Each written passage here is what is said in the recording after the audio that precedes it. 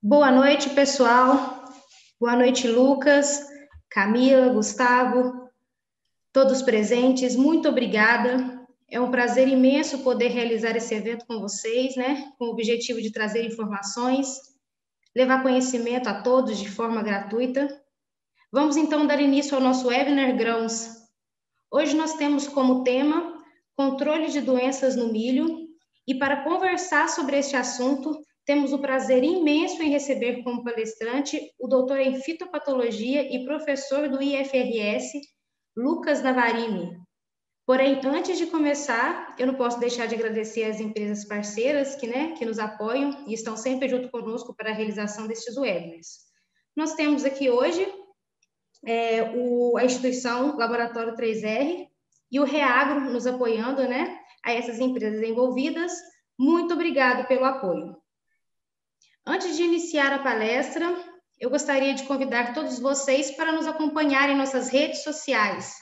Estamos no Instagram, é só procurar por reagro.grãos que vocês vão nos encontrar lá. Temos o nosso grupo no Facebook, né, que é aberto a discussões, onde vocês podem interagir conosco, compartilhar postagens, fotos, ideias, dúvidas. Existe também o nosso grupo no Telegram, que estaremos compartilhando durante a palestra, o link aqui com vocês, tá bom? Fiquem à vontade em participar. Eu convido vocês também a conhecer o blog do Reagro, muito conteúdo técnico, de qualidade, com informações gratuitas em diversas áreas. É só acessar o www.reagro.com.br/blog. Pessoal, só mais um pouquinho da atenção de vocês, para um último aviso, tá? No final da palestra, teremos um momento reservado para perguntas. Então, todos que tiverem alguma dúvida, por gentileza, escrevam na caixa QIA, que está na base da tela de vocês no celular. Provavelmente está no celular, provavelmente vai estar no canto superior, tá, gente? No computador é diferente. No final da palestra, eu estarei direcionando para vocês as perguntas. Lucas, muito obrigado por aceitar o nosso convite. É um prazer ter você aqui conosco, com uma bagagem enorme de conhecimento e muita experiência, e hoje aqui compartilhando um pouco com a gente. Então, uma ótima palestra a todos, e eu passo a palavra para você, Lucas. Tá bem, Vânia. Obrigado. Boa noite a todos aí que estão presentes. Eu vou compartilhar a minha tela. Opa, tá bloqueado aqui, Vânia. Eu vou sair aqui para você, só um minutinho, Lucas. Prontinho. Eu vou compartilhar aqui, só peço que se tá tudo ok, vocês me avisem aí. Tá direitinho aí? Sim, Lucas. Tá bem, então. Bom, pessoal, boa noite. A proposta, então, é a gente discutir um pouco as doenças na cultura do milho, né? Nos últimos anos, a gente tem um foco muito maior aí na cultura da soja, evidentemente, em termos de experimentos e resultados, e também na cultura do trigo. Mas nunca deixamos o milho de lado, né? E aqui eu tentei atualizar um pouco essa informação, então, para discutir com vocês nesses 40 minutos, uma hora que a gente vai apresentar e depois responder algumas perguntas de vocês, tá certo? Então, falando aí da nossa conversa, né?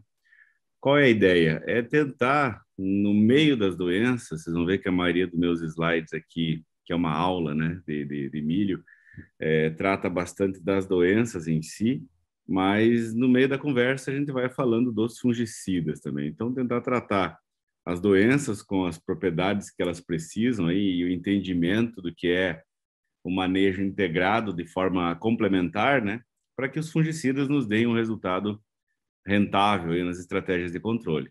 Então, primeiro a gente vai separar um pouco as doenças, né? Falar um pouco de doenças, tombamentos iniciais que podem ocorrer no milho, que frequentemente ocorrem aí, né? Doenças de colmo, doenças de folha, doenças de espiga, grão ardido, né? Muito complicado a nível de Brasil aí, né? Em geral. Depois, relacionar os problemas aí com a cultura, né? A fenologia, fisiologia, e quais são os momentos fenológicos, por quê, qual a relação disso com a fisiologia da planta e as respostas sobre o controle de doenças dessa relação, né? Que na cultura do milho é uma cultura que se diferencia muito das demais aí, em virtude de ser uma planta C4, uma planta loga, uma planta diferente aí soja, feijão, trigo, que a gente trabalha no dia a dia, né? Os fungicidas a gente vai comentar, então, no meio de cada doença e responder perguntas. Então, fiquem à vontade, caso em algum momento eu não comente alguma coisa sobre fungicidas, de perguntarem que a gente fala aí com a melhor claridade possível, né? Sobre especificidade, espectro de ação, os mecanismos que são bons para o milho, né? Que no milho nós não temos grandes novidades quanto aos fungicidas, né? O que era bom anos atrás continua sendo bom, né? Não temos grandes dilemas de resistência de doenças a fungicidas na cultura do milho. E, por fim, fechar com algumas estratégias de controles, aí, né? Momentos, número de aplicações, o alvo versus fenologia, esses pontos-chave aí são importantes também para a gente ter uma breve discussão. Então, fazendo uma breve introdução, né? Se vocês lembram lá da fitopatologia, né? Para matar saudades dos grupos de McNeil, né? Qual órgão da planta é afetado por qual tipo de doença? Então, aqui estão as seis principais divisões, né? E na cultura do milho a gente tem, né, desde a germinação e emergência, a absorção, translocação de água e nutrientes, o processo de fotossíntese, o processo de crescimento meristemático, né, que a planta vai crescendo até formar o pendão, e depois a polinização, né, e o enchimento de grãos para a produtividade.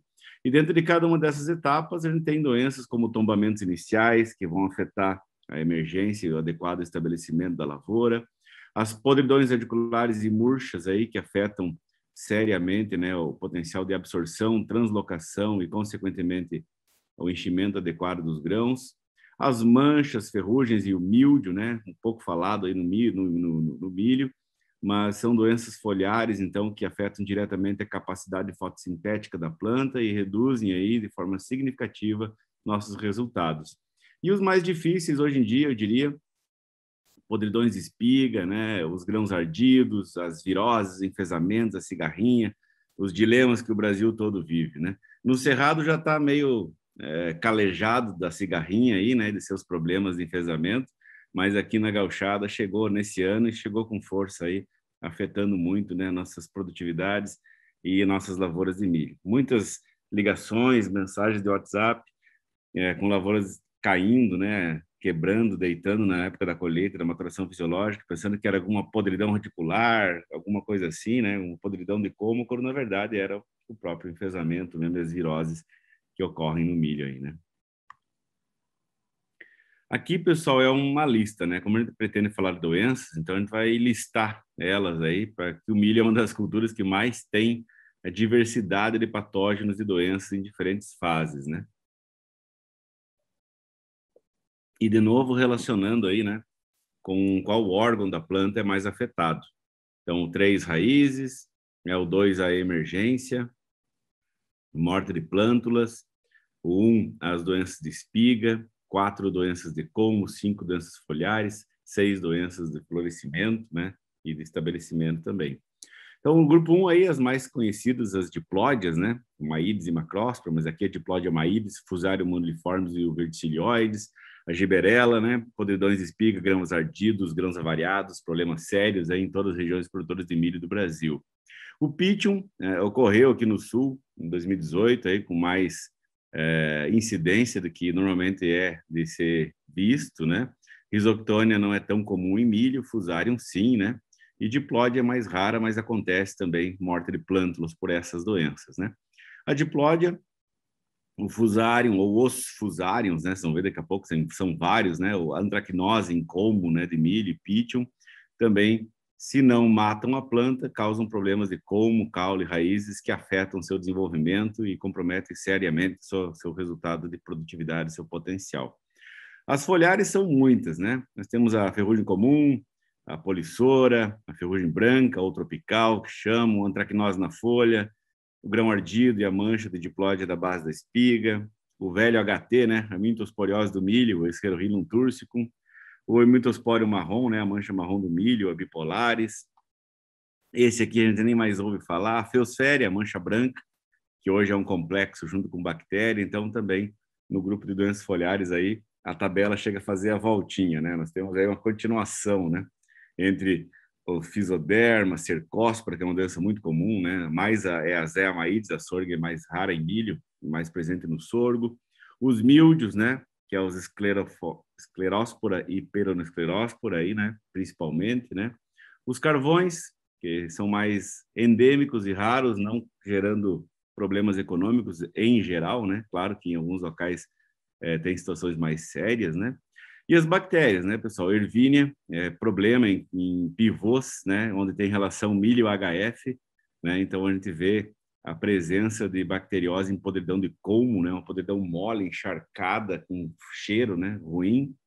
Pseudomonas e xantomonas são as estrias bacterianas, mancha-olcos, diferentes nomes, a gente vai falar de algumas aí no decorrer da apresentação.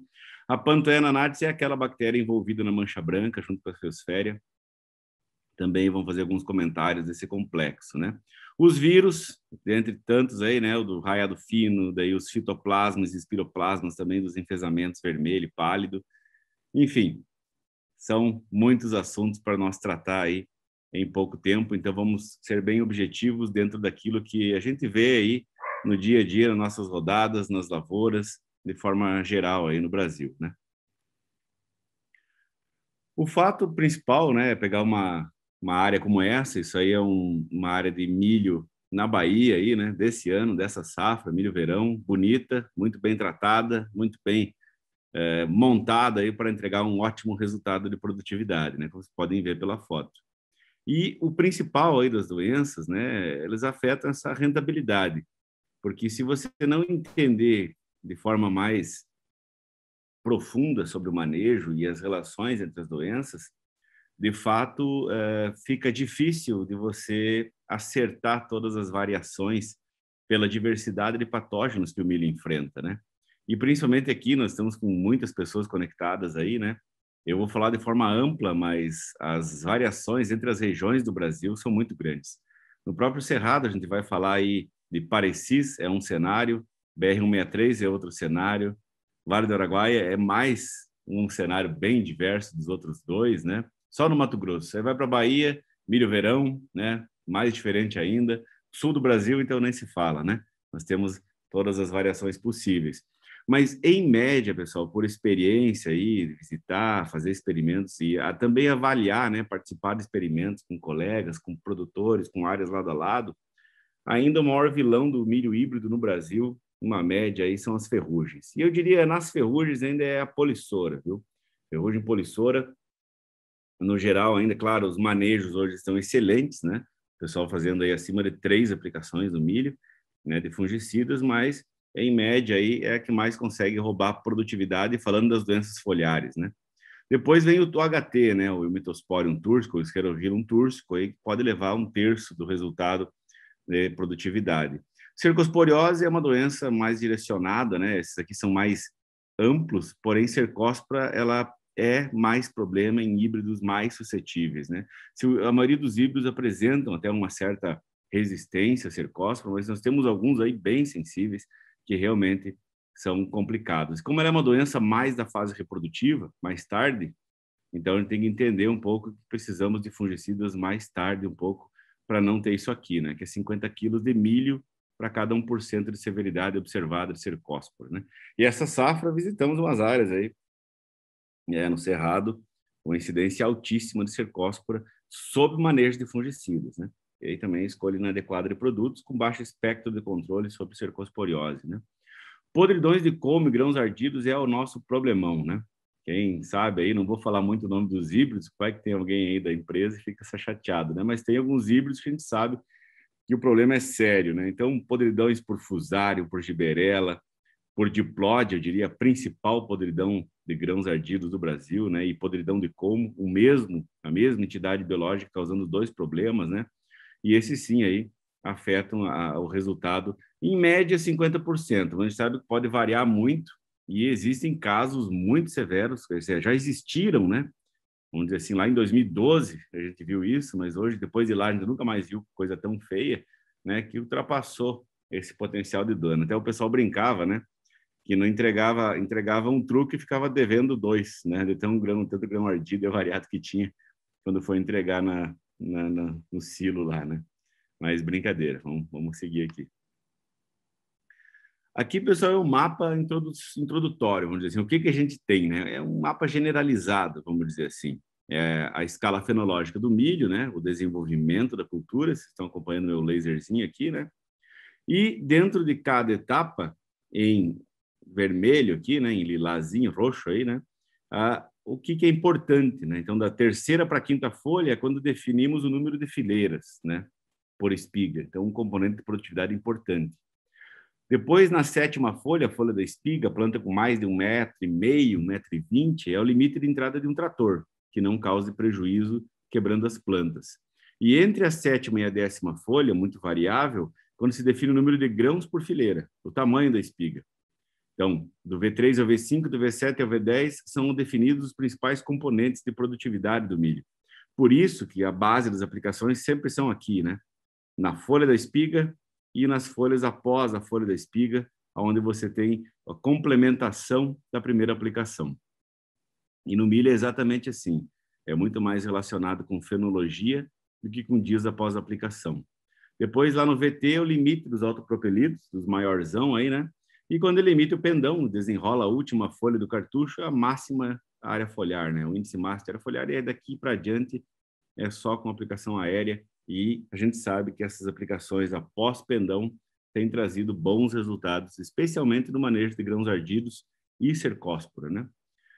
Os dias nublados vão afetar, né, a taxa de enchimento de grãos a partir do pendão, então esse é um ponto em áreas que são mais nebulosas e que também beneficiam várias doenças problemáticas que nós temos, né? Mas a partir do pendão, o que começa a importar para a planta é a densidade de grãos, né? Ela literalmente drena tudo que tem para fazer um grão pesado nessa janela mais final do seu desenvolvimento fenológico.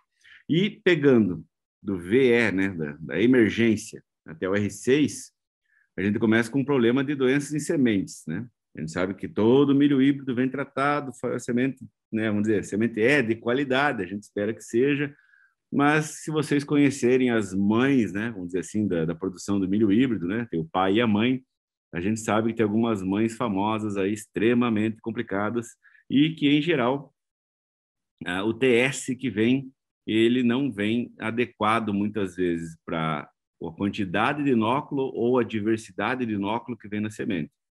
Uma prática feliz hoje, que gera resultados, é fazer um complemento ao TS já, que vem junto com a semente. Especialmente se já não encomendou um, né, mais robusto lá para vir no TSI, é recomendado que você faça adição para evitar que as sementes se percam aí por problemas de fungos, né?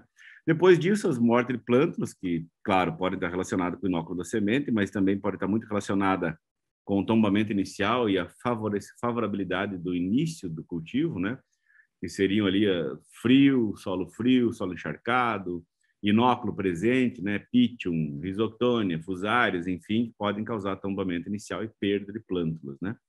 A partir daqui, dependendo do inóculo e da condição que nós desenvolvemos, e claro, principalmente da questão genética, né, a sensibilidade do híbrido, a gente pode ter as doenças radiculares, né, presentes durante todo o desenvolvimento da cultura e nos afetando de forma variável durante o desenvolvimento de acordo com as condições do solo e do ambiente, né, as edafoclimáticas aí, né. A ferrugem é uma das doenças que começa mais cedo, normalmente pelo clima mais favorável, especialmente nos milho safrinha aí, né? Ela é a primeira que entra. Junto com ela, quase junto, sempre é mancha de HT, e pegando aqui mais para o sul, né, um pouco mais frio, né, ou áreas de altitude que tem noites frias, a mancha branca também entra muito cedo. Ou seja, são as 3 doenças foliares que justificam muito a aplicação de fungicida mais cedo, né? Antecipar um pouco mais gera resultados interessantes para essas 3 doenças, caso essas sejam os alvos de você que está aí me ouvindo, né? Cercóspora diplóide são doenças, manchas foliares mais tardias um pouco. Cercóspora perto do pendão, é importante o seu manejo ou o direcionamento de fungicidas para ela. E diplóide é uma mancha da folha da espiga, né? A mancha em si não causa um prejuízo econômico severo, porém ela presente na folha da espiga vai colonizar a palha da espiga ali, né? Toda aquela que envolve a espiga e promover os grãos ardidos de base de espiga, que são os piores de todos, né? Podridões de colmo é um problema que inicia lá atrás, mas que a gente vai ver aqui, né? Quando a planta começa a encher grão, ela fica mais sensível, ela começa a tirar suas reservas de fotoassimiladas do colmo para encher o grão, e aí a gente vê se o colmo está bem ou se o colmo está exaurido por algum fungo que está participando aí do consumo do açúcar do milho, né? E as podridões de espiga, evidentemente, após o milho verde, elas começam a aparecer e, principalmente, a partir da maturação fisiológica, até nós chegar na umidade de colheita, é a caixa preta aí, que é a mais complicada, onde as podridões de espiga avançam e nos roubam muito do resultado, tanto em qualidade quanto em produtividade. Então, um mapa, né, pessoal? A gente vai agora passar uma a uma delas, comentando aí, falando e mostrando algumas fotos de nossas viagens e visitas aí aos campos. Primeiro, o pítio, né? A morte de plântulas pode ocorrer até em pré ou em pós-emergência. Normalmente, aqui no sul, quando ocorre, né, são solos encharcados, né, períodos muito longos e de chuvas intensas. E no nossa semeadura de agosto e setembro, aqui muito cedo, no frio do inverno, né, temperaturas abaixo de 15 fazem com que esse fungo se prolifere melhor no solo e, consequentemente, afete o estabelecimento de plantas. Outras regiões já foi visto mais fusário, né? Isotônio e diplódia, hoje em dia, a gente não vê muito no campo, e eu mesmo, na minha estrada, aí nunca vi muita coisa, não, né? Mas fusário, causando tombamento inicial em condições de safrinha, também mediado por muita chuva, solo encharcado, mal drenado, solo compactado, solo com 60%, 70% de argila, uma fitozinha de herbicida, aí o milho sente mesmo e acaba perdendo algumas plantas por doenças de solo, né? O pítio é comum aqui no sul, como falei, né, em semeaduras de julho a setembro, aí, em virtude do frio do solo nesse momento, e se às vezes com sementes de baixo vigor favorece para que o patógeno afete o estabelecimento, né? Fora esses, né, as nossas podridões de colmo, então, danos e prejuízos ocultos, eu diria. As espigas, elas ficam decumbentes, né, quando o colmo está exaurido ou o colmo está consumido por um patógeno, né? E essa relação, apesar de muitos aí, que são o pessoal do milho híbrido, não acharem muito, não são muito concordantes, mas infelizmente é uma realidade. É só você pegar e avaliar, você vai ver que a relação colmo doente, espiga decumbente, é 1:0,8. O que eu quero dizer com isso? Em 10 espigas, mais ou menos, você contando 10 espigas, 8 delas vão estar para baixo por causa do colmo que vai estar doente com alguma das doenças que a gente vai mostrar daqui a pouco. Ou seja, cada 8 espigas decumbentes, né, vamos dizer assim, 80% dos colmos doentes geram espigas decumbentes, né, que ficam viradas para baixo, aí na época da perda de umidade para a colheita, né, após a maturação fisiológica. O problema desses tipos de patógenos é que se a gente faz todo ano, né, o pessoal fala, eu faço rotação de culturas, eu planto soja e depois milho. Eu faço rotação de culturas aqui no sul, eu planto milho e depois soja. E no outro ano você planta o quê? Milho de novo. Então, a rotação de culturas compreende até a total eliminação da matéria orgânica em decomposição do seu hospedeiro. E isso leva certamente mais do que uma safra, né? Para a gente realmente considerar que eliminou o inóculo. E, em virtude do nosso sistema atual, né, nosso sistema econômico atual de produção de grãos, a manutenção do inóculo é constante, né? E outro problema sério é que nós temos aí patógenos saprófitas preferenciais, né? O que é isso? São fungos que preferem a matéria orgânica morta no solo. Então, ele vai usar a planta de milho para fazer uma fase melhor da vida dele, produzir uma fase sexuada, uma fase mais perfeita, uma fase diferenciada, porém, a vida dele é no solo e muitas vezes alguns deles, como os fusários, têm muitos hospedeiros intermediários e se alimentam quase de tudo que tem no solo. Então, também o que complica esse manejo pensando na rotação de culturas. E esse prejuízo acaba sendo invisível, né? A gente vai lá colher e um sério problema, por exemplo, regiões que seca, não chove mais até da maturação fisiológica até a colheita, você tem pouco problema. Regiões onde chove ainda após a maturação fisiológica, você vê mais problemas, né, com grãos ardidos, espigas decumbentes, problemas de colmo, porque a principal fase onde esses patógenos avançam com agressividade é depois que a planta declara o fim da fábrica, né? A fábrica fecha, ela morre, né? Ela vai começar a perder água, a senescer para ser colhida.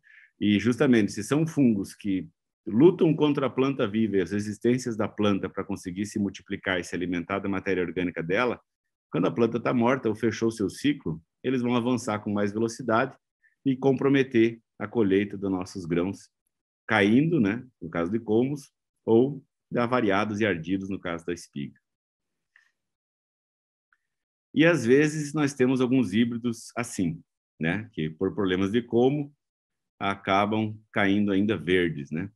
Aqui é um híbrido no passado, essa foto, se não me engano, é de 2013, que era muito sensível a Fusarium aqui no sul, é um pivô, e um experimento aí com mais de 20 híbridos, e no meio dos 20 híbridos, só ele estava assim. Então dá para ver realmente um ponto-chave no início da nossa conversa sobre podridões de colmo e grãos ardidos, né?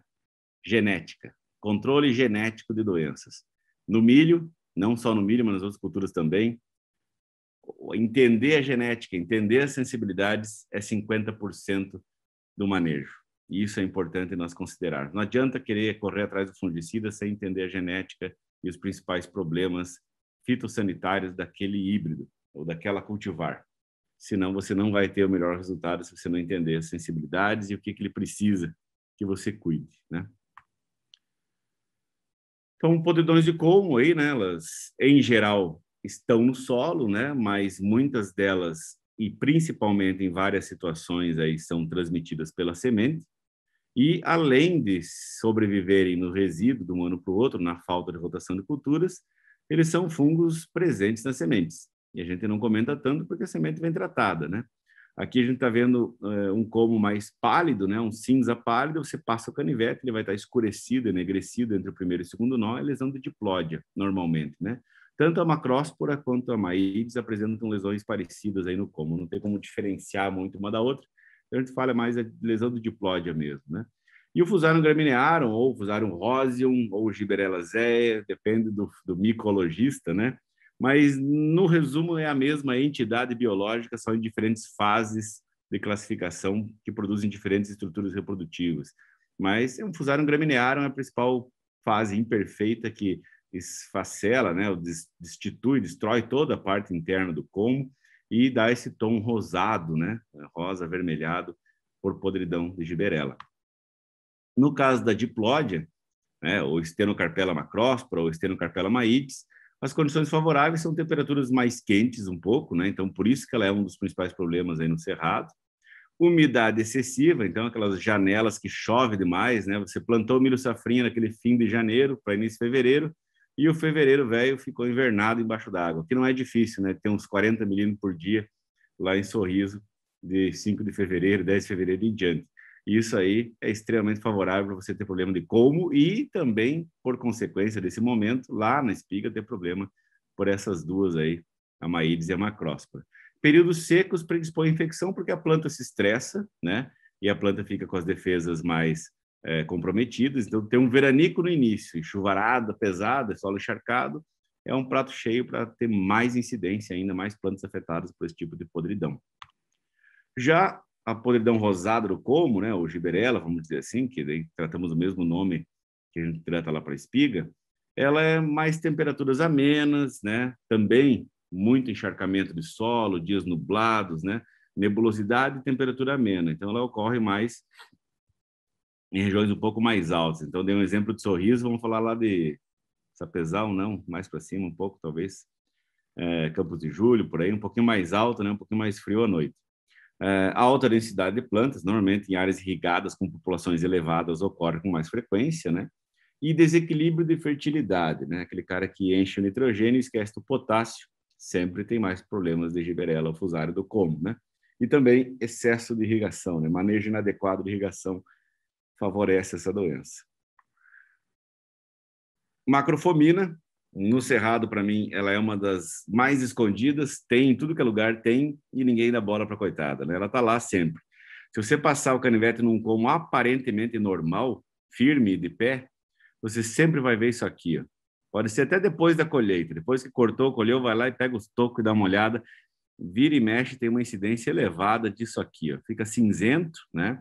Você vê que está um pouco destruído, não é tão agressiva quanto as outras. E se tiver uma lupa boa, vai ver os microescleróides, as mesmas estruturas que formam na soja, que formam no feijão, que formam no algodão, que formam no milho. Então já deu para entender as culturas que multiplicam esse patógeno, né? Podridão cinzenta, né? E especialmente quando você tem seca ou estresse de temperatura, fica muito quente, uma semana sem chuva, a planta enrola as folhas depois do milho verde. cara diz, já choveu, já está pronto o meu milho, mas naquela fase ainda a macrofomina consegue ser agressiva e você observa plantas caídas, escoradas, né? Não chega a cair no chão, mas você vê plantas que acabam se escorando uma nas outras ali, se você for avaliar elas, é muita presença de macrofomina e também já pode computar aí alguma perda de produtividade, de peso de grão, especialmente pela presença desse patógeno, que hoje está muito comum em todas as regiões aí, né? Porque veranicos na soja o beneficiam, o plantio de feijão, independentemente de veranico ou não, faz com que ele se multiplique, né? O feijão é mais sensível a esse fungo, né? E assim a gente acaba perpetuando vamos dizer assim, a comida que ele precisa para viver na área e ter populações elevadas nas nossas áreas de cultivo, né? As condições principalmente são a relação de temperatura e veranico, né? Como está ali, a temperatura elevada. Um veranico de 10 dias a 40 graus é muito pior do que um veranico de 15 dias a 25 graus, né? Então, a gente tem que entender que, quando a gente fala temperatura elevada, solo leve, né? Solo que tem menor capacidade de retenção de água, períodos secos, né? Veranicos, é o estresse da planta. Então, quanto mais estressante for essa situação, maior será a incidência de macrofomina em milho. E resumindo, nossos podridões de como, nosso primeiro tópico aí, então, medula rosa, salmão, como pardo, né, como meio pardo, salmão externamente, micélios e conídeos, como sinais, né, de confirmação, podridão de fusário, normalmente fusário verticilioides, moniliforme, né, ou até mesmo a própria giberela aí, né. Medula parda, né, negra, lesões brilhantes, negras, entre nós externamente pretos, né, ausência de alguma estrutura de fungo, nada, só está escuro. Antracnose, provavelmente coletrótomo graminícola, né. Medula parda, lesões escuras nos nós externamente e picnídeos, parece uma pera pretinha, né, é a diplóide, né, estenocarpela forma picnídeos, não esqueçam disso. O melhor jeito de confirmar, e precisa, porque ela é diferente, ela é muito presente e ela é o nosso maior prejuízo no milho hoje, seja por como, seja por grão ardido, elas, né, são duas aí, né. Então é importante entender o que é um picnídeo. Vai lá no Google, escreve picnídeo, Wikipédia, e vai ver direitinho, né. Medula com pontuações pequenas de cor acinzentada, né? Então são os microescleródios, é a mesma estrutura do mofo branco, só que é bem pequenininha, lá no vaso condutor, é a macrofomina, né? Podridão cinza da raiz. Medula rosa, como pardo externamente, com peritécios. É tipo uma bolinha redonda, sem ponta, sem nada, cascudinha, né? É a podridão de giberela. Fusarium graminearum, mais fácil de nós conhecermos também, resumindo aí as podridões de como na cultura do milho. E tentando entender um pouco, né, para a gente ver como é que a gente se escapa disso com outras estratégias de manejo. Aqui uma tabela resumindo a doença, o tipo de sobrevivência e o tipo de disseminação, né? Então vamos pegar assim, ó, fusariose, diplódia, giberela, antracnose e macrofomina. São as mais comuns que a gente vira e mexe e encontra nas visitas de lavouras de milho no final do ciclo, né? Dissemina pela semente? Todas. Sobrevive na palhada? Todas. Então, aí começa o nosso problema. Temos que ter mais atenção à semente. E eu digo, ó, vale a pena. Compra uma semente de milho híbrido, é caro, não vai brigar com o cara da semente, que não é culpa dele, né? O cara que está vendendo. Mas vai fazer uma patologia para você pelo menos ver. Ela está tratada? Tá. Mas às vezes tem um cara no meio dela ali que aquele TS não está pegando. Ou pela dose, ou pela falta de algum parceiro. Então, vale a pena fazer isso, conhecer melhor, especialmente em áreas que forem muito grandes, testar patologia de sementes por lote, para ver se a necessidade precisa dar uma turbinada nesse TS, né? Palhada não dá para dizer para vocês, ó, fica 3 anos sem plantar milho aí, né? Não tem muita graça esse tipo de recomendação.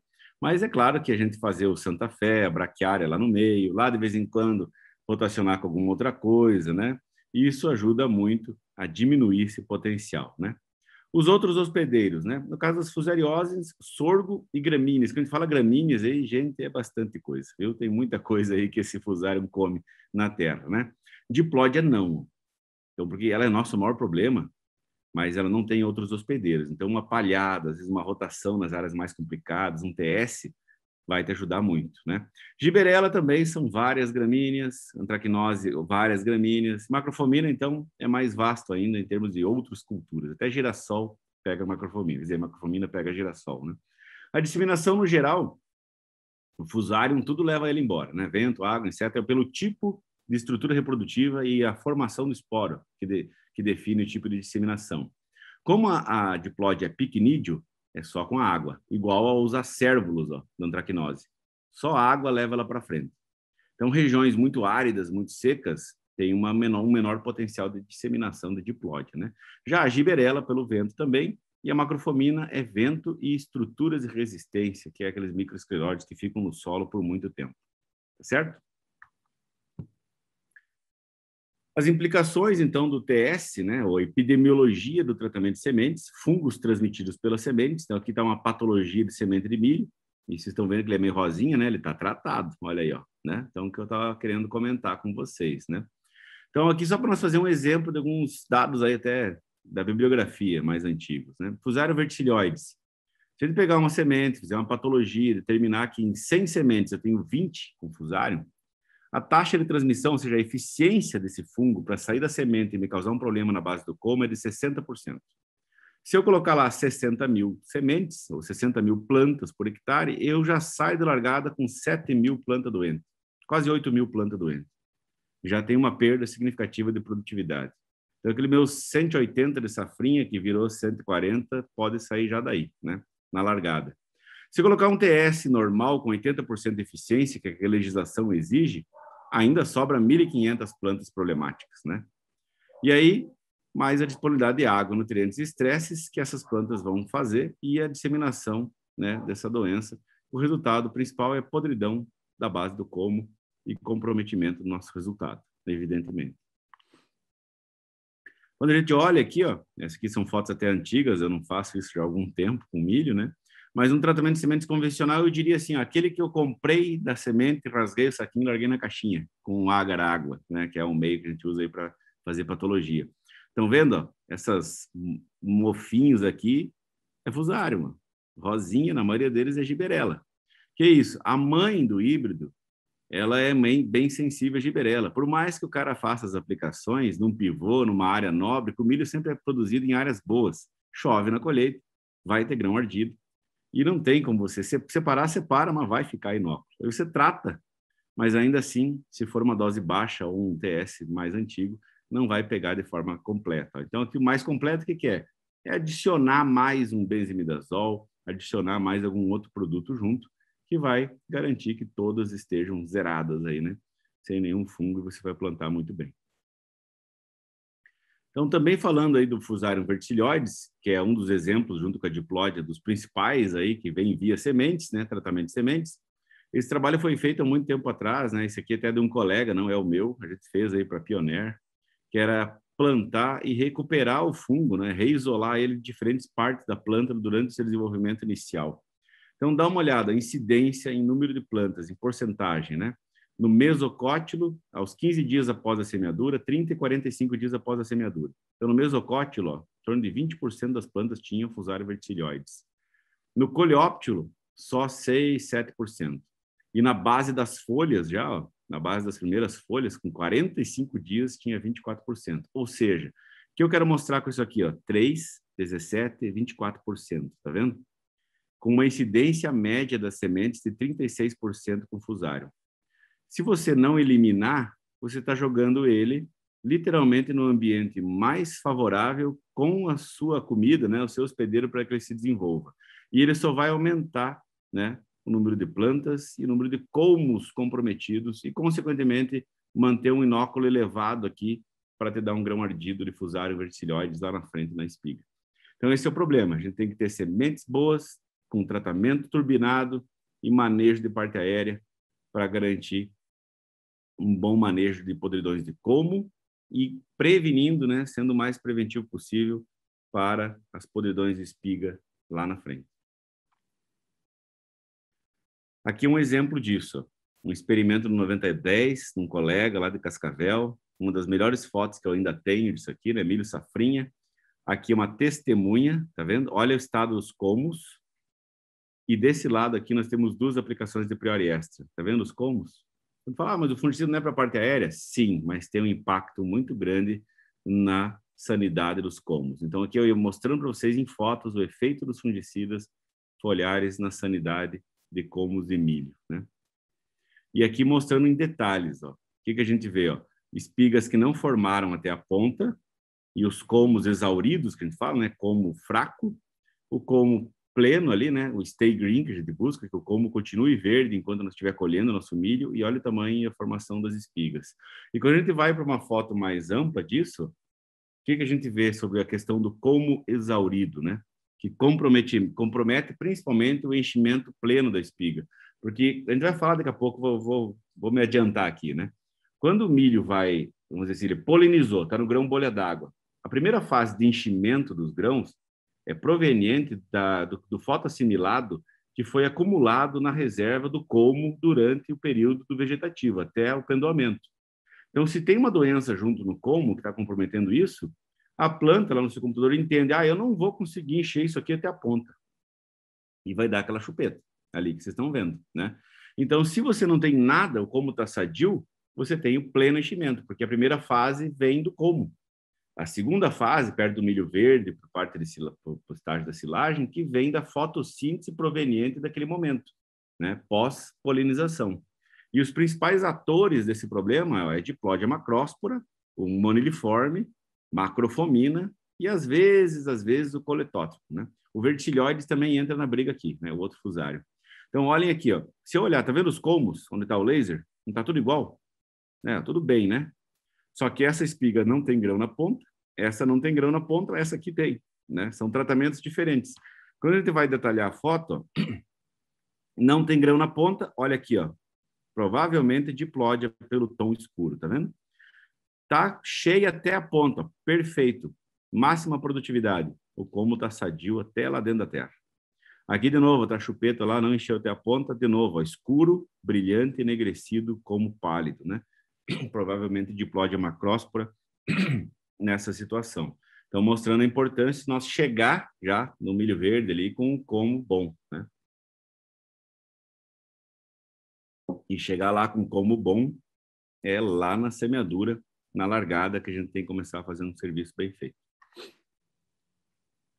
Partindo para as doenças foliares da cultura do milho, especialmente ferrugens e manchas, na foto decorativa aí a nossa Fucsinia polissora, e nos áureos tempos do 30R48, para quem lembra, né, um precocinho da Pioneer, que era o melhor do mundo para fazer ensaio de ferrugem, que era muito suscetível, e a gente teve ótimos resultados com ele na época que ele estava por aí ainda, né? Hoje tem outros aí bons também, né? Mas quando a gente fala em doenças foliares no milho, é complexo, né? Olha quanta gente a gente tem aí, né? Fora que aí está faltando alguns ainda, os míldios, enfesamentos. Então, a complexidade de patógenos, a diversidade biológica disso, que a gente não está falando de raças aqui, a gente está falando de espécies completamente diferentes, patogenicidade diferente, fase fenológica da cultura diferente. Então, se torna muito vasto, né, o nosso campo de atuação.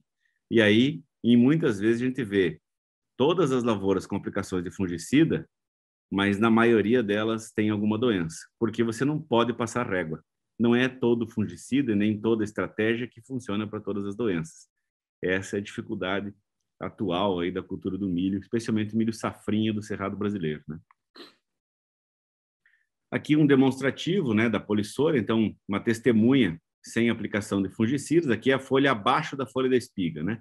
Por padrão, lavouras de milho, pelo menos por mim, né, sempre avalia folha da espiga, folha abaixo da folha da espiga para doenças foliares. Folha da espiga, folhas acima da folha da espiga para a cercóspora e algumas outras doenças, como mancha branca, que são mais rápidas e agressivas, também avalia as folhas acima da espiga. Mas a gente sempre avalia as folhas ao redor da espiga, né? A de cima da espiga, a da base da espiga e abaixo da espiga, né?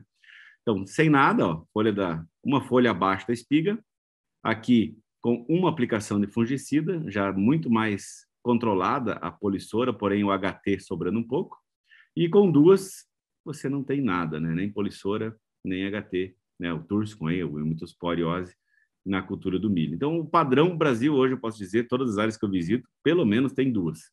E fico feliz que a maioria das visitas desse ano, dessa safra, que apesar da pandemia eu consegui fugir um pouco e visitar alguns amigos aí, tinha 3 também. A grande maioria tinha 3 aplicações de fungicida. Tínhamos até áreas com 4 aplicações de fungicida aí, muito bem manejadas e ótimos resultados, né? Produtor feliz aí, né? Então, a Poxínea polissora, né, é a nossa ferrugem mais agressiva, é a facóptera do milho aí, né?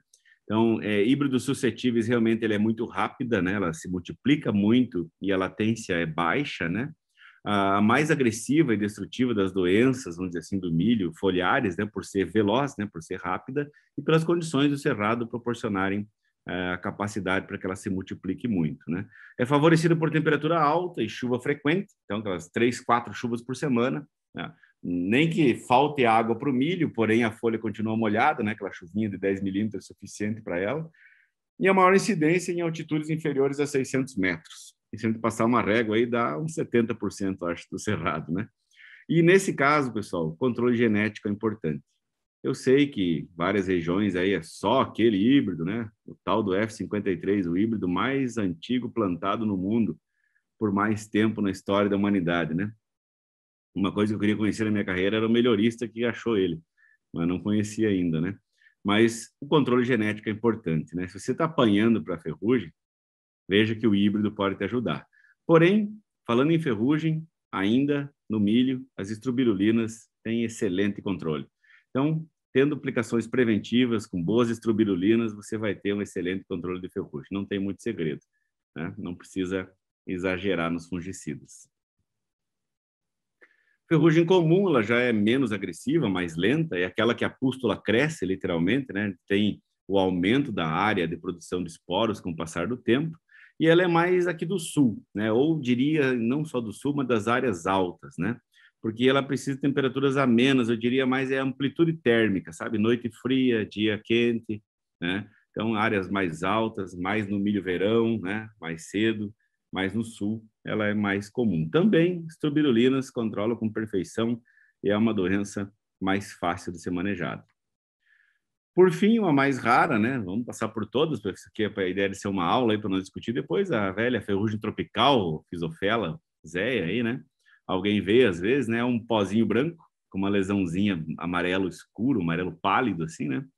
Então, agressiva, né? Porém, é importante em áreas irrigadas que não deixam o milho de lado, né? Milho, milho, milho, milho todo ano ela aparece. E regiões de cultivo contínuo e pivôs, né? Mas também estrobirulinas, tem excelente controle dessa aí, e ela não é tão complicada quanto a ferrugem polissora. A antracnose já é mais complexa, a gente tem visto ela com mais agressividade no Nordeste, e até eu fui procurar minhas fotos, não achei, tá as fotos velhas aí, né? Mas eu tirei umas fotos bem interessantes e muito mais presente na nervura central até do que assim como nessas fotos aqui, nessa safra no Cerrado, né?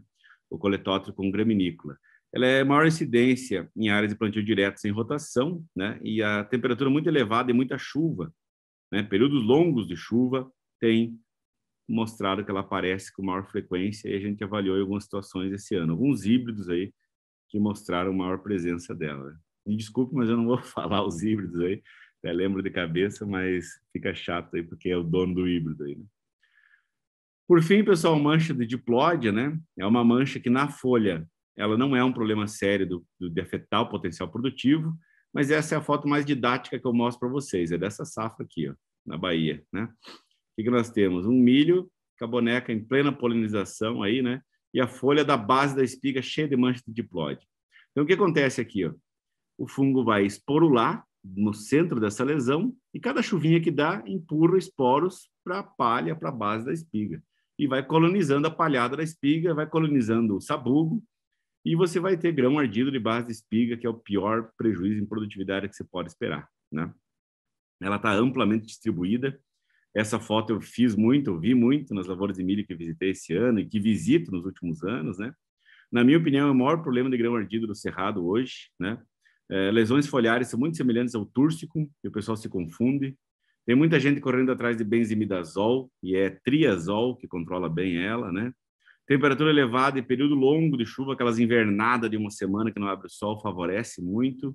Ela permanece nos restos culturais e, principalmente, onde você nunca viu, especialmente a Stenocarpella macróspora, a semente é uma importante via de inóculo inicial. Ela vem da semente, né? E o TS precisa ser mais robusto para pegar ela, né? Dispersão por vento e respingos de chuva para outras plantas a partir dessas lesões também ocorre, né? Então, plantio adensado, espaçamento de 45, muita planta também ajuda a ela dá mais grão ardido. Quando ela coloniza, ela faz esse tipo de sintomas, né? O pessoal fala que isso aqui é pólen, não sei o quê, ureia e tal, mas não, isso aqui bem assim, que não tem onde parar a água que corre, realmente é uma lesão de diplódia na base da folha, da base da espiga. Então, é isso aqui que nos dá o problema de grão ardido. Isso aqui não é um problema de produtividade, isso aqui, ó, a mancha em si, e sim o que ela proporciona depois. A gente vai falar lá dos grãos ardidos de novo dela, né? Cercóspora, né? Cercóspora maídes aí, né? Então ela tem uma alta incidência em todo o Brasil, promove grandes perdas. Hoje em dia, assim, a mancha foliar junto com o HT que mais incomoda para manejo foliar é cercóspora, né? Sobrevivência em redes culturais, favorecido por chuva também, muita água. E híbridos, né? Tem híbrido que dá muito, tem híbrido que não dá nada. Então aqui dá para entender um pouquinho, né? É lesão, aquela lesão retangular, né? Mais pequena, mas que toma conta das folhas do milho, né? Quem lembra do antigo Fórmula da Singenta aí, né? Vou falar dele, porque acho que ele não está mais no mercado. Ele era um dos híbridos mais sensíveis à cercóspora que passou por aí, né? O túrcico, né? O Escherichium túrsicum, era mais fácil falar aí o mitospóreo, né? Mas é aquela lesão ovalada, né? Grande, sem formato definido e com os maiores conídeos da fitopatologia. Dá para você ver quase a olho nu. Com bom celular e uma lente de macro, você consegue fotografar eles, né? Alta incidência em safra e safrinha, transmissão direta por sementes, são manchas grandes, né? E o controle desse aqui, prioritariamente com fungicida, triazol. Não tem muita escapatória. Muitos híbridos são sensíveis, alguns são mais sensíveis que outros, mas nós não temos aí um híbrido que você pode dizer, esse híbrido aqui não dá túrcico. Isso não tem. Todos dá, de algum jeito, né? Depende da condição, da proveniência de inóculo via sementes, mas mais ou menos vai ocorrer. Então, aqui o fungicida é base de manejo, né? Cabatella, eu ocultei alguns slides para não passar muito de uma hora, porque essa aula é completa, tem todas aqui, né? A cabatella é aquela doença mais rara, eu só vi ela no Nordeste, um pouco mais, né? Regiões mais quentes, né? E é uma doença aí que aparece, mas ainda não vê, assim, potencial de dano e um controle também muito diferenciado entre produtos, né? Mancha branca, sim, já é um problema sério, né? Atualmente é um complexo fungo-bactéria, já passou pela filostica, pantoeia, fausféria, enfim, hoje, por consenso, é um complexo entre Feusféria maídes e Pantoea nanatis, né? A bactéria e o fungo. Quando você tem uma lesão mais pálida, não translúcida, é maior presença do fungo. Quando a lesão é mais translúcida, com sintomas até de anasarca, provável maior presença da bactéria. Quando tem os dois misturados, é os dois. E aí que vem a diferença do manejo, né? Em condições onde o pessoal consegue e não consegue um bom manejo. Ou em situações onde o mancozeb contribui muito, situações onde o mancozeb contribui menos. São situações onde você tem predominância mais da bactéria ou não, que o mancozeb tem ajudado muito na mancha branca aí quando tem mais bactéria. Então, intenso e longo período de molhamento foliar, com alta nebulosidade e temperatura baixa. Então, hoje, pelo menos na minha experiência, ela é um problema nosso aqui embaixo, né? No sul, ela tem sido mais complicada. A foto ao fundo, não se assustem, é só um híbrido suscetível numa safra que ela foi muito severa, né? Então, dá para ter uma ideia, né? Eu não apliquei paraquat nesse milho, é mancha branca mesmo. Importante nas regiões de altitude e problema sério na região sul, milho-verão. Até essa foto aqui é de uma avaliação de um colega aí de Cascavel também, né, nos experimentos de safrinha, né? Então, Fosfera maídes e Pantoea nanatis, eu vou explicar um pouquinho, quando eu falar das bacterioses, como isso funciona, né? Como é que uma coisa interage com a outra. Aí, né? E aqui o sintoma bem característico da Feusféria, né, na folha. Os míldios, né, o fisoderma, né, o pessoal muito pergunta, o que é esse sintoma? Isso é míldio em milho, né? Ninguém conhece, né? E é um pseudofungo também, né? Então, não é dada a devida importância, porque ninguém relaciona isso com prejuízo de produtividade, né? Sobrevive em restos culturais também, e está sempre por aí, né? Então, isso aqui não é pólen, diplóide, isso é míldio em milho, né?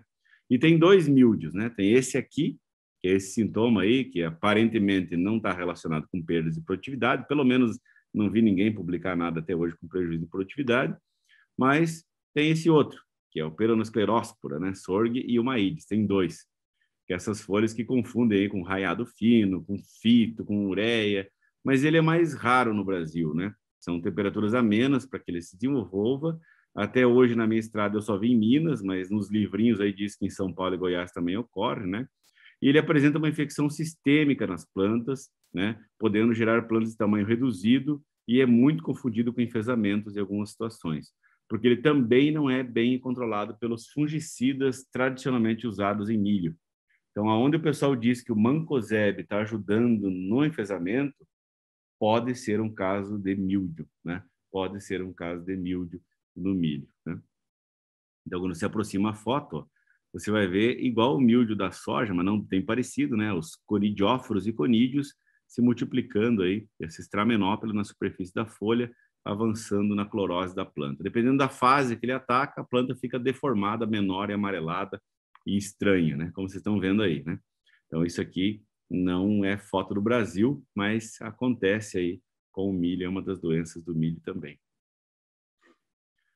As xantomonas, aí, né, a estria bacteriana foi fato muito discutido aqui no sul um tempo atrás, agora ficou um pouco quieto, mas, né, clima úmido, chuvoso, alta nebulosidade, né, que proporciona essa formação do biofilme bacteriano, podem evoluir para esse tipo de estria bacteriana, né, a palha da espiga totalmente colonizada, também fica escaldada, parece que jogou uma água quente na lavoura. Para de chover, abre o sol, para de evoluir. Então, isso é uma relação direta com bactéria. Secou a folha e saiu o sol, parou, provavelmente foi bactéria que aconteceu. Ficou invernado, o troço progrediu, provavelmente é bactéria. Então, manchas bacterianas e milho. Xantomonas foi muito falado, né? Ela começa com esse tipo de lesão translúcida, amarelo claro, aquela lesão neanasar, que a gente chama, que é aquela lesão encharcada, verde, transparente, né? E vai evoluindo pelas estrias, porque a bactéria, como são só células, ela vai translocando ou se disseminando pelos vasos condutores da folha de milho, que pela anatomia C4 são longitudinais, e vai fazendo as estrias até chegar naquele ponto aqui, né? Desse jeito aí, causando sérios problemas aí, né? O que é esses biofilmes, né, pessoal? É o tipo de adesão e multiplicação de bactéria que proporciona a doença. Então, as bacterioses, não só no milho, mas na maioria das culturas, se desenvolvem por essa via, né? As implicações da formação do biofilme bacteriano em folhas de milho. Então, o que acontece? Aqui é um exemplo de 1 a 5, 5 etapas, né? Que após o contato inicial com a folha, as bactérias começam a se multiplicar, né? Uma vira 2, 2 vira 4, 4 vira 8, 8 vira 16 e assim por diante. Dependente da nebulosidade e molhamento foliar. Se não tiver sol e a folha continuar molhada, ela consegue ter um ambiente favorável. Se fica muito seco, ela não consegue se multiplicar, falta água e para ela captar esses nutrientes, né? Quando ela se multiplica, ela produz uns exopolissacarídeos aí, né? E eles que amarram uma na outra e literalmente fazem uma película de bactéria em cima da folha. Os processos são divididos em 4 etapas, né? O início, quando a bactéria se adere à superfície da folha, a maturação, quando ela começa a se dividir, a manutenção, que já é o filme formado, e a dissolução, quando chove ou quando ela entra para dentro da folha e começa a se multiplicar dentro da folha. E aí a gente tem a doença, né? Então, mais ou menos como está na ilustração aqui, ó, os mecanismos de adesão de bactérias em folhas de milho. Imagina que isso aqui é as células da folha, um estômato, né? Ou uma abertura, um ferimento natural, aqui na fotinho do lado, ó. E você tem aquela película cheia de células de bactéria, aquela meleca, né? Uma grudada na outra, como se fossem uns cabinhos, que é os açúcarzinhos ali, né? E aí o que acontece? Tem uma abertura natural, ela entra para dentro, se multiplica e causa a estria bacteriana, como vocês viram. Ou, no complexo fungo-bactéria, você tem a formação do biofilme, aí chega aqui a feosféria, esqueci de colocar a foto aqui, né? O esporo do fungo germina, forma pressório e fura a folha para causar a doença. E quando ele fura a folha, a bactéria está aqui, a bactéria entra junto. Então, você tem duas entidades biológicas de diferentes aspectos, né? Uma com parede celular e a outra não, né? Infectando a mesma lesão. E aí a gente tem esse complexo da mancha branca hoje, de difícil manejo no Brasil, né? A adesão das bactérias ela é por meio de macromoléculas de superfície, as adesinas, né? Então, ela não é um adesivo, né? Mas tipo umas substâncias que ajudam ela a se ligar no hospedeiro, né? De maneira reversível na primeira etapa, depois fica permanente, ela fica para ali por muito tempo, né? E são divididas em 2 grupos, né? As que são fibrilares, né? São fibras, e as que são proteínas. E elas ajudam aí a então ficar colado ali na folha para que se desenvolva a doença, ou seja, é para isso, né? Todo o processo é mediado pela disponibilidade de água na superfície da folha, então é difícil numa janela seca, você ter bacteriose em milho. Agora, em 7 dias chovendo, sem você ver o sol, o risco de você ter bacteriose é muito grande. E outra, manejo de bacteriose, impedir esse biofilme é só antes, né? Preventivo. Protetor, fungicida protetor preventivo tem um bom efeito. Depois que você viu o problema, muitas vezes o sol vai ser mais eficiente do que o teu dinheiro no fungicida para ajudar a curar aquilo lá. Não tem resultado, né? Então, cuidado com isso.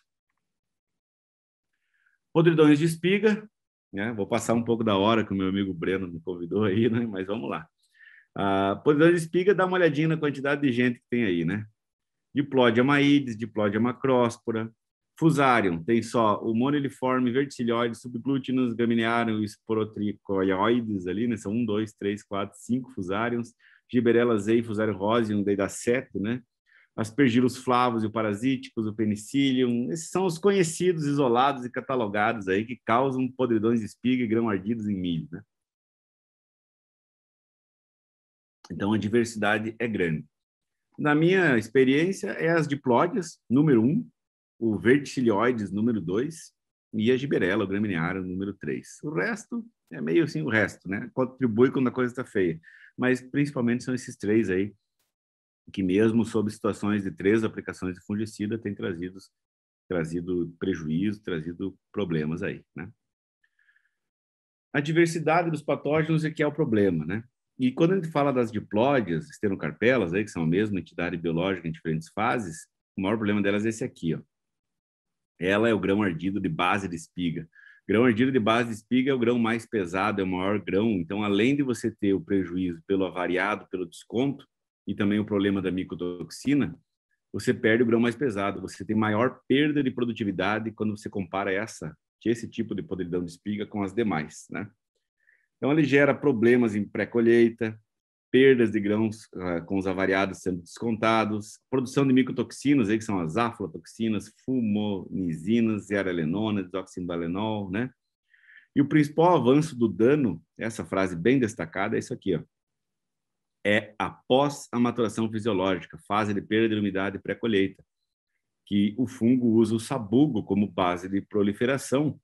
E cada umidade que pega nesse milho pronto, até ele chegar nos teus 18, 16 de umidade para colher, ele vai apodrecendo, literalmente, vai mofando, né?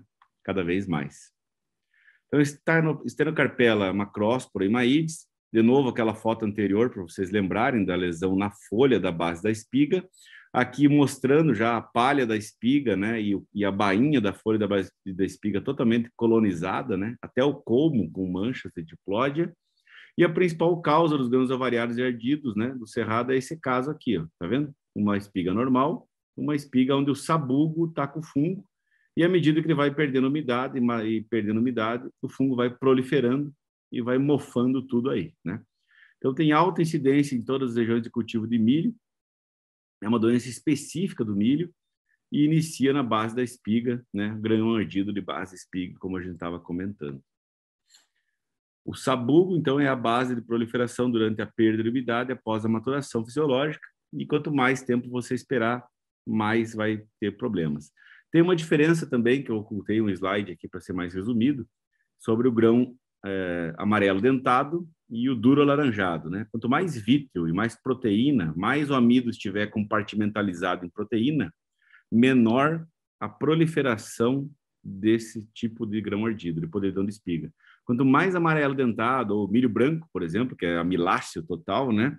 Milho doce, mais rápido é a proliferação. Não quer dizer que um é resistente e o outro é suscetível. Estou dizendo que se prolifera mais rápido ou se prolifera mais lentamente, também pelo tipo de grão do híbrido, genética, né? Genética é importante. A outra importante, na minha opinião, Fusarium verticilioides, é aquele grão ardido que dá perdido, né? A gente fala o banguela aí, né? Ele pega um grão, não pega, pega outro, não pega, pega outro, fica assim, bem como está na foto, bem didático aqui, nessas fotos aqui, né? Aqui, esse aqui tem diplódia de base de espiga e verticilioides no resto, né? Então, ele começa em qualquer parte da espiga, totalmente aleatório. Tem uma maior incidência em áreas de altitude, acima de 200 metros, ele é bem comum nas áreas altas do Paraná. Também é muito importante, eu diria que é o fusário mais importante da semente, né? E começa normalmente pela ponta da espiga, na maioria dos casos, né? Perdidos os grãos, mas também pela ponta da espiga. Uniformemente distribuído pela ponta da espiga é a giberela. A giberela fica rosa e mofa toda a ponta da espiga, porque a entrada dela é pelos cabelos, né? Pelos estigmas aí da flor feminina do milho. Então, e aí a gente fecha, acho que esses 3 são os principais grãos ardidos do milho aí, né? E aí, no caso da giberela, é comum, né? Existiam alguns híbridos aí extremamente suscetíveis, né? Quando você pegar muita chuva na inflorescência, logo que ela sai até polinizar e secar, você vai ter uma probabilidade elevadíssima de ter problemas com giberela, né? É predominantemente na ponta da espiga e com sintomas, né? Os grãos ficam rosados, avermelhados aí. Também é mais severo em regiões altas aí, as regiões nobres de produção de milho do Paraná, é muito presente a giberela, né? Fechando os grãos ardidos, né? Então, a importância do manejo da mancha foliar, no caso da diplode, também do TS. Aqui é uma tabela resumindo as formas, né? Ó, Fusarium verticilioides, a infecção é sistêmica, então quer dizer o quê? Que ele vem da semente contaminada, causando problemas de colmo, podridão de colmo, e segue sistemicamente dentro lá da espiga, enquanto a espiga se forma, ele chega lá, coloniza a base do sabugo e dá problema do grão ardido, né? Então, ele caminha dentro da planta à medida que a planta vai crescendo, né? Podridão de base de espiga pode ocorrer, infecção por estigma não tem comprovação, pode causar grão ardido de ponta de espiga, alto grau de dano, né? Injúria. O Fusarium graminearum, que é a giberela, não tem relatos de ser sistêmico, né? Porém, ele pode também ter problemas de base de espiga. A principal via de entrada que a gente vê é na época do florescimento feminino, principalmente na ponta de espiga, alto potencial de dano. As estenocarpelas, aqui está a interrogação, mas é que a macróspora, hoje já tem bastante artigos aí, né? Que ela vem via sementes, dá problema de colmo, e a mesma coisa que o verticilioides, né? Chega lá na base da espiga, o sabugo é a base de proliferação, que vai ardendo, vai mofando a espiga à medida que você espera para colher com menos umidade, né? O estigma não é comprovado uma porta de entrada, não tem sintomas de ponta de espiga, são mais raros, né? Alto grau de prejuízo. Os penicílios aí, e outros, até resumi um pouco aqui também, né? Que não vem ao caso, para nós não estender demais, né? E aqui tem um trabalho que é do Ricardo Casa, se não me engano, de algum tempo, né? Mostrando, então, a mancha de macróspora, né? A ausência da mancha na folha da espiga, você viu que tinha 0 espigas com incidência de grão ardido. Nos grãos, debulhou as espigas, tinha 1% de grão ardido só. E quando levou para o laboratório, esse 1%, 1,5% só era estenocarpela macróspora. Produziu 9 toneladas com peso de 1.000 gramas, 240 gramas. Do ladinho, no mesmo híbrido, você viu a presença na folha da espiga, da mancha de macróspora. Avaliou lá 20 espigas, 25% de incidência de espigas com grão ardido. Dos grãos ardidos, 12%, né, eram grãos ardidos nessas espigas. Desses 12% de grão ardido, isolou, viu que era tudo estenocarpela macróspora, e com 12% de grão ardido por espiga, produziu 6.200 quilos, 200 gramas de peso de 1.000 grãos. Então, como eu disse, além do problema sério, do ponto de vista de qualidade, de avariado, de desconto, você perde muito em produtividade também quando a gente fala de diplódia, né?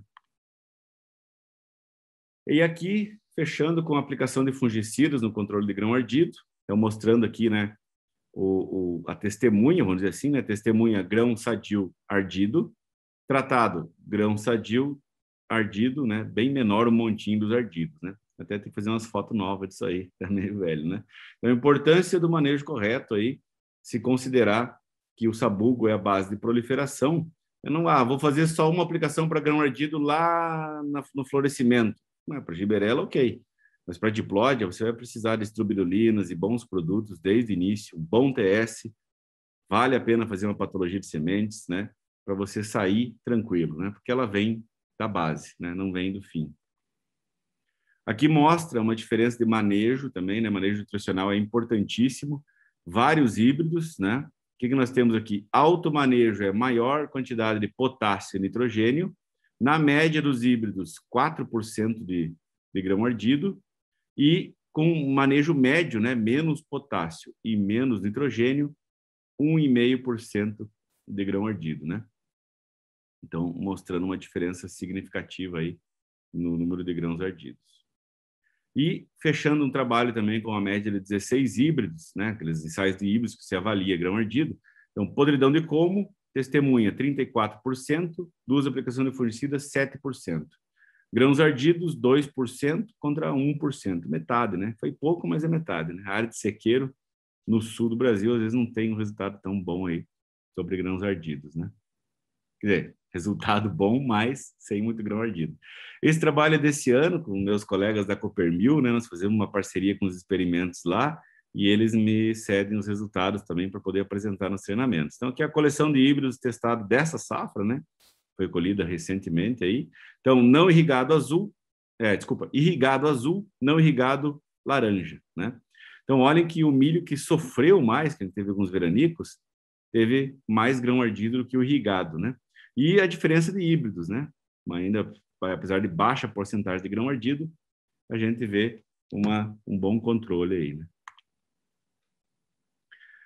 Uma das últimas, quase, né? Estou tentando me acelerar um pouco. A cigarrinha e os enfesamentos, viroses e mulicutes. Né? O dilema aí que agora chegou nos gaúchos aqui e está dando problema, né? Então, rapidão aí, menos de 3 cigarrinhas por planta em V2 já são mais de 50% de dano. Aqui já temos 1, 2, 3, 4, 5, 6, 7, 8, 9, 10, 11. E relatos, né, de alguns produtores de aplicar 1 quilo de acefato na segunda e na sexta-feira já ter 4, 5 cigarrinhas por cartucho. Então, complicado, né? Não é só com inseticida que a gente vai conseguir vencer essa problemática. Aqui uma planta com sintomas bem característicos de enfesamento, né? Bordos de folha avermelhados, planta menor, planta sem espiga ou espiga atrofiada, né? Um bem comum por aí é esse SCMV, que é cola que ataca várias culturas, mas o raiado fino é o mais atual, e os espiroplasmas e o fitoplasma, que deixa a planta avermelhada, né? Que também são transmitidos pela cigarrinha. Aqui no experimento de híbridos, você vê que é um secamento antecipado, plantas menores, espiga raquítica, né? Olha a altura da espiga do chão aqui, não dá 40 centímetros, né? É híbrido muito suscetível a essas enfermidades aí, né? Então, enfesamentos e virose em milho, quando a gente não nota muito, ó. Estão vendo essa planta aqui que eu estou com o laser, ó? Ela tem 1, 2, 3, 4, 5, 6 espigas, né? Então, uma planta comprometida com enfesamento. Outro problema, chega na maturação fisiológica, o próximo dela está tudo verde, olha quantas plantas no chão, começa a cair tudo, né? Porque o colmo está exaurido, não tem estrutura, não tem lignina, não tem parede celular, não fica de pé, porque não formou direito em virtude da ação dos vírus ou dos micoplasmas, né? Então, principais consequências, secamento precoce, espigas pequenas e sem grãos, plantas sem espigas, plantas com multi-espigamento, encurtamento da entrenó, planta raquíticazinha pequena, perfilhamento na base da planta ou na axila das folhas, a planta fica louca, né, cara? Multiperfilhamento, dá um monte de pendão também, né? Então, diversas são as fotos, né? Então, olha um híbrido suscetível, né? Baixinho, pequeno, todo atrapalhado, e um híbrido com tolerância, né? Que conseguiu ter porte. Mas nós não temos alguém imune, né? Então, a gente acredita muito que o manejo de inseticidas e o híbrido com tolerância são a chave para nós conseguir colher bem, né? E muitas vezes só com inseticida a gente não dá conta, né? Não tendo o híbrido sensível, ainda assim o prejuízo é significativo. Aqui um comparativo de híbridos contra incidência e severidade, né? A foto de uma planta com 4 espigas aqui, né? E mostrando, ó, o F53, né, o nosso velho e querido 30F53, com 100% de incidência e 90% de severidade de enfesamento pálido no R4.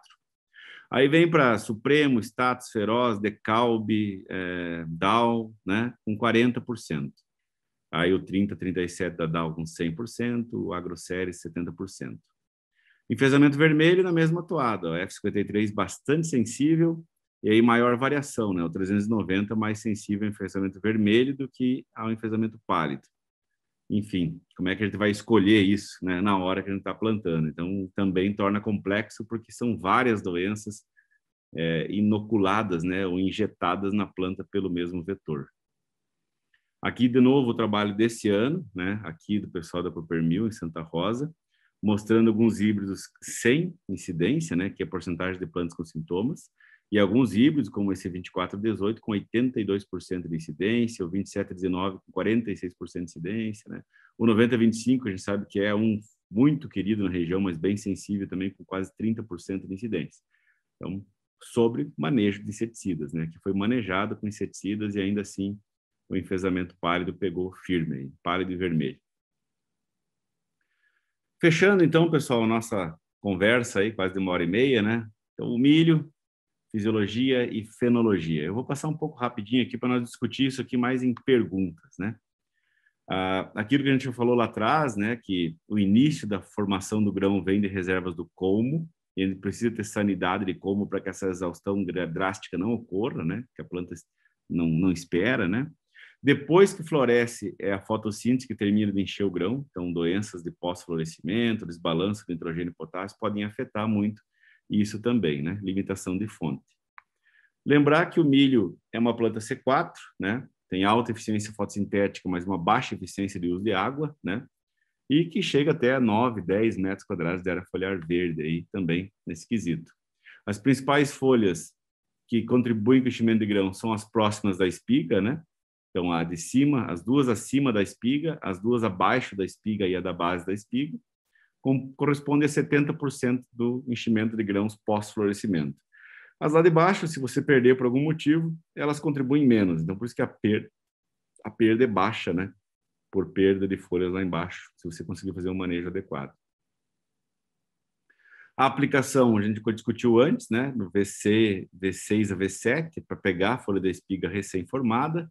O VT, para complementar e pegar o máximo de área foliar. E o R2, eu diria, né? R1 para R2, para nós tratar melhor também dos grãos ardidos lá de espiga, né? O momento é importante, né? Então, a aplicação de fungicida aqui mostra uma diferença velha conhecida, né? Então, aqui um experimento com aplicação em V6, V7, e eu puxei, né? Nas avaliações eu faço isso, eu puxei com a mão a folha da espiga. Este tratamento tem uma aplicação apenas de fungicida realizada no VT. O que vocês estão vendo na folha da espiga aqui, ó? HT, ó, tá vendo? Tursicum, tursicum, tursicum lá embaixo, ó, tá cheio de Hescherichia tursicum, né? Só uma aplicação no VT. Ao lado, olha a folha da espiga limpa. Só uma aplicação no V7, na folha da espiga. Então, quando a gente fala de tursicum, principalmente, mancha branca, essa primeira aplicação é importante, né? Não é a próxima, é essa aqui. Então, o cara que você sabe que pega bem manchas, tem que entrar aqui. E o contrário é para cercóspora. Olha exatamente aqui, aplicação em VT, ó, também. Uma aplicação só no V7. Aqui é uma aplicação só no V7, tá vendo? Para cima da espiga, a alta severidade de cercóspora, aqui ainda era formulinha, né? E aqui é uma aplicação só no VT, tá vendo? Olha para cima da espiga, principalmente, né? Não tem cercóspora. Então, o controle de cercóspora e DHT são exatamente assim, um contraponto. E o ideal é nós fazermos as duas aplicações, porque aí nós temos que manejar mancha de diplódia, grão ardido, ferrugem, porventura um mildio, uma bacteriose.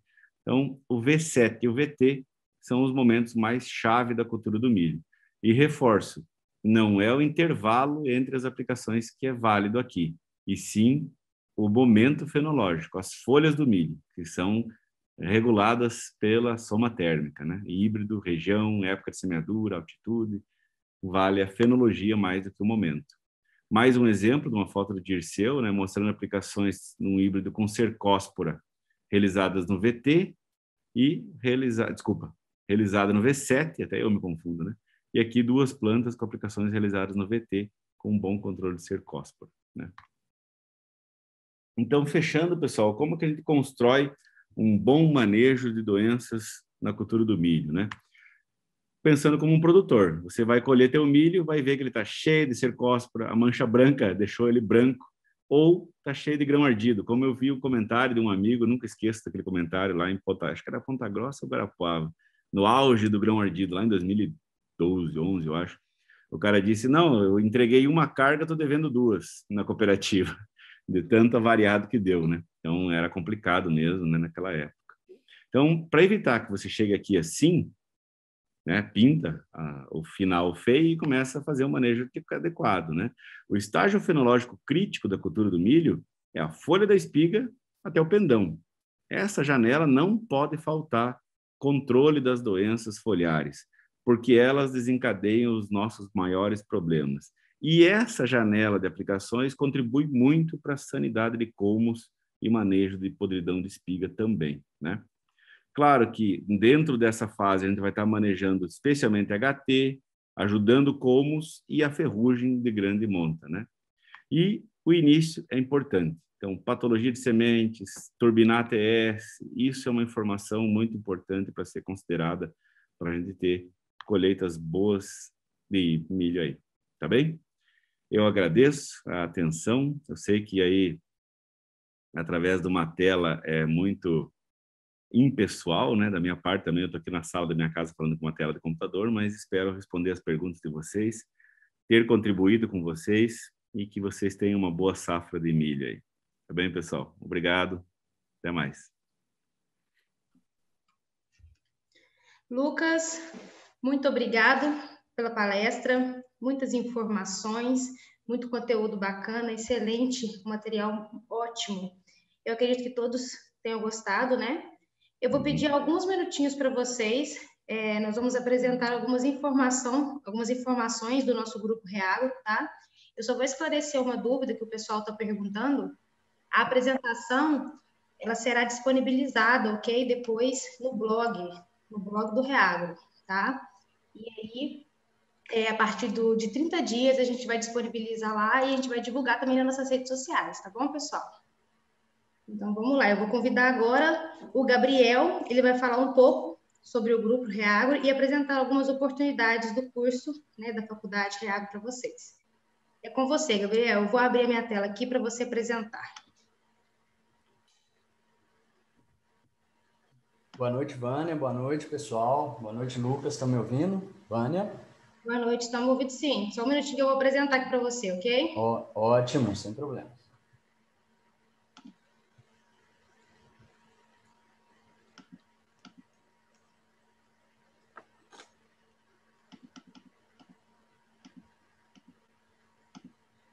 Prontinho, pode começar, Gabriel. Pessoal, boa noite. Obrigado a todos aí que estão aqui até agora, esse momento. A gente tem 215, chegamos aí a mais de 250 pessoas aí acompanhando o nosso webinar. Obrigado, Lucas, pela aula. É sempre muito gratificante, muito bom poder te ouvir, né, e agregar um pouco de conhecimento. Tenho certeza que quem está aqui absorveu bastante o conhecimento, né, e vai sair muito mais preparado para os desafios aí que se encontram no campo e na lavoura, né? Então, agora, sem mais delongas, vou apresentar um pouquinho rapidinho aí para vocês um pouco do nosso grupo Reagro, tá? Nós temos algumas empresas aí, parceiras nossas, né? Então, a primeiro momento, aí nós já temos aí um know-how de quase 20 anos no agronegócio, né? E nossas raízes são da consultoria. Então, no primeiro momento, o Reagro nasceu da consultoria. Então, nós temos aí quase 20 anos de know-how com a Reagro Consultoria. Logo em seguida, nós percebemos que tínhamos que passar esse conhecimento adiante, né? Então, para isso, temos e criamos a Reagro Ensino. Somos nós, né, a Faculdade Reagro, que disponibilizamos muito conhecimento para profissionais, produtores e o público de maneira geral do agronegócio, né? Logo em seguida, em 2008, nós temos o IDEAGRE, né, a nossa empresa de software de gerenciamento e gestão de fazendas, ajudando aí o produtor rural na gestão da sua propriedade e também os profissionais que trabalham com a gestão das propriedades rurais.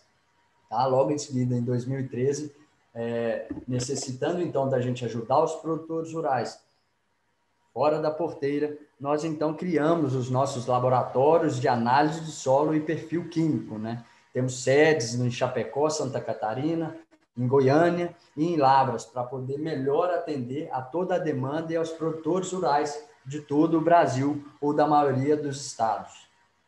Tá?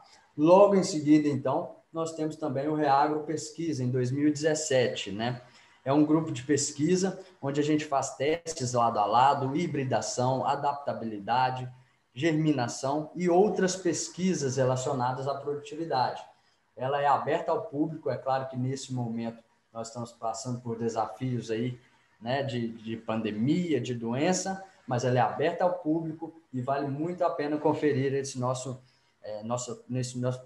grupo. Logo em seguida, e por último, mas não menos importante, nós temos a nossa empresa de produtos e controle biológico, o Biomip. Então, pessoal, esse é o nosso grupo Reagro, tá? A gente busca, então, soluções para todas as pontas, para o produtor rural e para o agronegócio de uma maneira geral, tá bem? Pode passar, Vânia, por favor. Agora nós vamos, então, apresentar alguns cursos que nós temos, ok, pessoal? Então, são algumas soluções aí de conhecimento, tá? E de networking, né? Em primeiro momento, nós temos aí a pós-graduação em produção de grãos destinada aos profissionais formados, tá? É onde nós vamos ver todo o calendário, os melhores posicionamentos da janela de cultivo das principais culturas. Então, a gente está falando de soja, milho, feijão, trigo, sorgo, e algumas culturas também de cobertura de solo e palhada que fazem parte de todo o sistema de cultivo, né? Então, nós estamos falando de milheto, de braquiária, de crotalária e algumas outras, tá? É uma especialização de alto nível, inclusive eleita a melhor pós-graduação à distância ligada ao agronegócio do Brasil. Nós acabamos de abrir uma turma, ela tem início para 29 de junho, então nós estamos aí com condições especiais para início de turma e primeiras vagas, tá? Pode passar, Vânia, por favor. Bom, pessoal, e agora eu apresento para vocês aí os nossos cursos de capacitação profissional e treinamento técnico. Para os que querem uma formação mais rápida, mais prática e de benefício a curto prazo, tá? Nós temos esses tipos de curso de capacitação profissional e treinamento técnico. Então, o primeiro é o nosso curso de gestão na produção de grãos. Ele segue a mesma linha de ensino, são os mesmos professores da pós-graduação, com muita bagagem prática e conhecimento aplicado a campo, tá? Lembrando que o nosso curso de gestão na produção de grãos, ele inicia agora, no mês que vem, no dia 12. Nós estamos aí com condições especiais de orçamento, de investimento para nossas últimas vagas, né? Então, foi um sucesso. Quem se interessar, entre em contato conosco, tá? E agora eu apresento para vocês nossas 3 novidades. São nossos 3 cursos aí. Um, excelência em proteção de cultivos. O 2, fertilidade dos solos e nutrição de plantas. E o 3, agricultura digital na produção de grãos. Então, são cursos aí com assuntos mais específicos, tá? Tratados de uma maneira mais afiada, mais atenciosa, né? Para quem deseja realmente uma atualização específica de conhecimento, vale a pena conferir esses cursos, tá? Com um detalhe em especial para o nosso curso de agricultura digital, onde você vai dominar as ferramentas e as novas tecnologias para o monitoramento e o aumento da produtividade. Tá bem? Pessoal, é isso. Quem se interessou, por favor, entre em contato conosco. Será um prazer tê-los como nossos parceiros. Nós temos todas essas soluções de ensino. Quem tiver interesse em se atualizar, em atualizar seu conhecimento, em se capacitar, em se especializar, entre em contato conosco. Nós estamos de portas abertas para recebê-los. Ok? Vânia, obrigado. Boa noite a todos. Lucas, boa noite. Obrigado, pessoal. Com você. Muito obrigado, Gabriel, pelas informações. Agora eu vou passar a palavra para o Gustavo. Ele vai falar um pouco mais sobre o nosso laboratório 3R e logo em seguida começamos com as perguntas. E mais uma vez, obrigada a todos vocês que permanecem aqui conosco. É com você, Gustavo. Ok, Vânia, obrigado. Pessoal, boa noite. Sou o Gustavo, supervisor comercial do 3R Lab. Para quem não conhece, está aí pela primeira vez, o 3R Lab é um laboratório de análises agropecuárias do Grupo Reagro.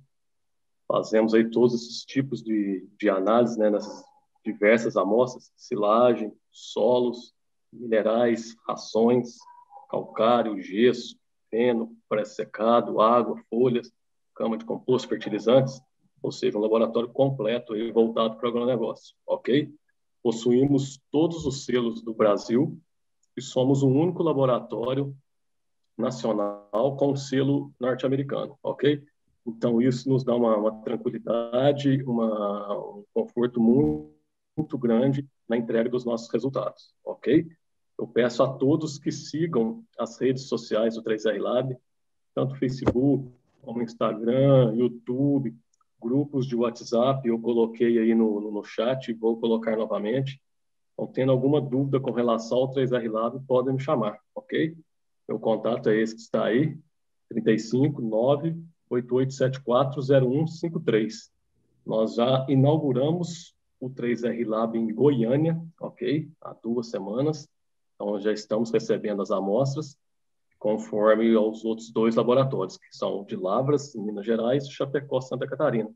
Então, o pessoal aí do Centro-Oeste, Norte, Nordeste do país, que estão mais próximos do 3R de Goiânia, que queiram enviar as amostras, nós estamos à disposição. Tudo bem? Um abraço a todos, muito obrigado. Nós que agradecemos aí pelas informações, Gustavo. Vamos começar então com o momento que é o diferencial do nosso webinar, onde vocês têm a oportunidade de tirarem suas dúvidas, né? Temos muitas perguntas e também várias pessoas parabenizando pela ótima palestra, ok, Lucas? Mais uma vez, parabéns. Vamos lá então, tá me escutando, Lucas? Sim, sim, ok. Obrigado, eu que agradeço o pessoal ter gostado muito bem. Passei um pouco da hora, mas acho que foi bom, né? Não, não tem problema não, de jeito nenhum. Foi ótimo, a palestra estava excelente. Então, vamos com a primeira pergunta. Alexandre Novicki, e ele diz, né? Tivemos aqui em nossa região esse ano o ataque de cigarrinha e, consequentemente, observamos também nas mesmas plantas, em muitas áreas, a presença de fusário. Nesse caso, podemos afirmar que a doença tem correlação com a planta ficar mais debilitada devido ao dano da cigarrinha, ou posso considerar que se não tivéssemos a presença da cigarrinha, considerando a condição de clima e solo, poderíamos mesmo assim ter o dano do fusário? Oi, Novik, tudo bem? Que bom ver você aqui também. Principalmente assim que eu posso dizer, o enfesamento, seja um molicutes ou seja um vírus, ele vai deixar a planta não só metabolicamente toda atrapalhada, toda estragada, mas também morfologicamente. Então, é claro que o Fusarium participa do processo como sendo doença, mas ele está mais participando como um oportunista da debilidade da planta do que, de fato, uma causa, né? E agrava o processo, né? Certamente. Então, se nós tivermos uma janela ou um pivô, por exemplo, com excesso de irrigação, algum distúrbio nutricional também, vai ser mais severo o prejuízo proporcionado pelas viroses e molicutes aí, né? Mas seria mais nesse sentido, né? O vírus atrapalha porque a cigarrinha vai inocular lá no início, né? E aí você tem uma planta toda atrapalhada que não consegue nem se portar bem contra um fusário aí. Tá bem? Ok, Lucas. Vamos aqui com uma segunda pergunta. Vanessa Cardoso, ela pergunta: tem alguma porcentagem de inviabilidade maior para doença fúngica na semente que não vem tratada com TSI e é tratada na própria fazenda, mesmo com os produtos adequados? Não, não. Acho que aí seria, assim, usar o mesmo produto, é mais a qualidade do tratamento, né? Se não estiver tratando numa betoneira, vai ficar bom, né? Brincadeira. Mas aí a qualidade do tratamento, boa distribuição, né? Porque a gente sabe que um fator primordial do TS em casa é fazer a calda, né? Tem gente que não faz uma calda bem no volume adequado, correto, boa distribuição, né? A semente tem que ser bem tratada. Senão, tendo a mesma quantidade de ativo do TSI, certamente terá uma boa qualidade também. Perfeito, Lucas. Bruna, ela pergunta quais os micronutrientes de maior eficiência no TS do milho? Eu não tenho muita chão nessa praia aí, né? Mas já fiz experimentos com azospirilo e zinco, né? E da minha experiência eu gostei do zinco no milho, mas não sei falar muito fisiologicamente o que mais ajuda o milho aí como micronutrientes na semente, né? Ok, Lucas. O Rogério Pacheco, ele pergunta um pouco sobre o uso de biológicos no solo em pulverização para controle de doenças de colmo. Tricoderma, mistura de biológicos no tanque, o tricoderma mata a bactéria. Muito bom. Tricoderma mata a bactéria, sim, mas o tratamento no suco de semeadura ou o uso de tricoderma auxilia muito nos problemas de colmo, né? Até eu não fiz experimentos de milho. Eu visitei, né, áreas e experimentos onde o pessoal está produzindo o próprio biológico, né?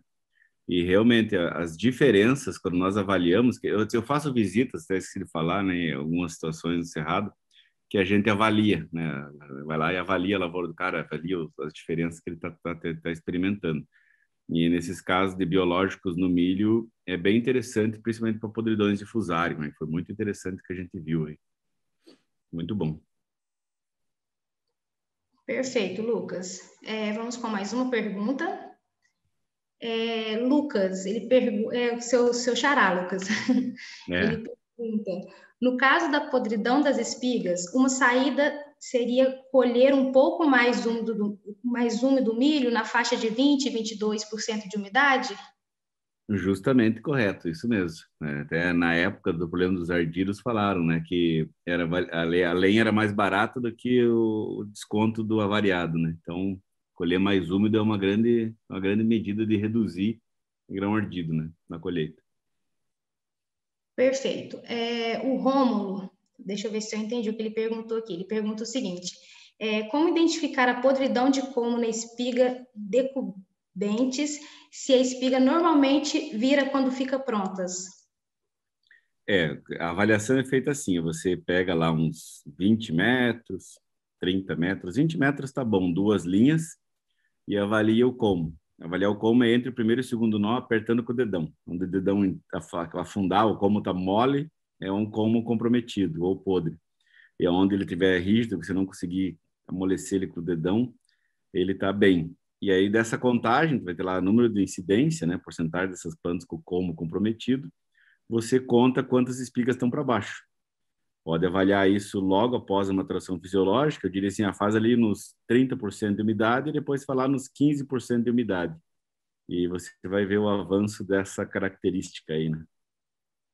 Essa seria, acho que é o como identificar isso, né? Que é o que eu entendi da pergunta. Perfeito, Lucas. Uhum. Vou com mais uma pergunta aqui agora do Rafael Henrique Fernandes. Em uma lavoura de milho entre V2 e V4, é possível a incidência de mancha branca? Ele diz que visitou algumas áreas com essa suspeita, no entanto, as lesões eram translúcidas e com o halo encharcado. Como fazer essa diagnose?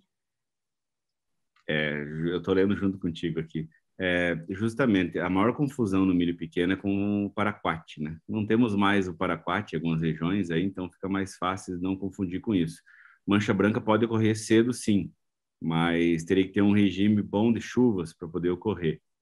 A diferença para Alcos Spot, ela é, vamos dizer assim, se fosse Felsféria ou mancha branca, é um anasarca escuro esverdeado ou um pálido, assim, um palha, né? Uma cor de um bege palha.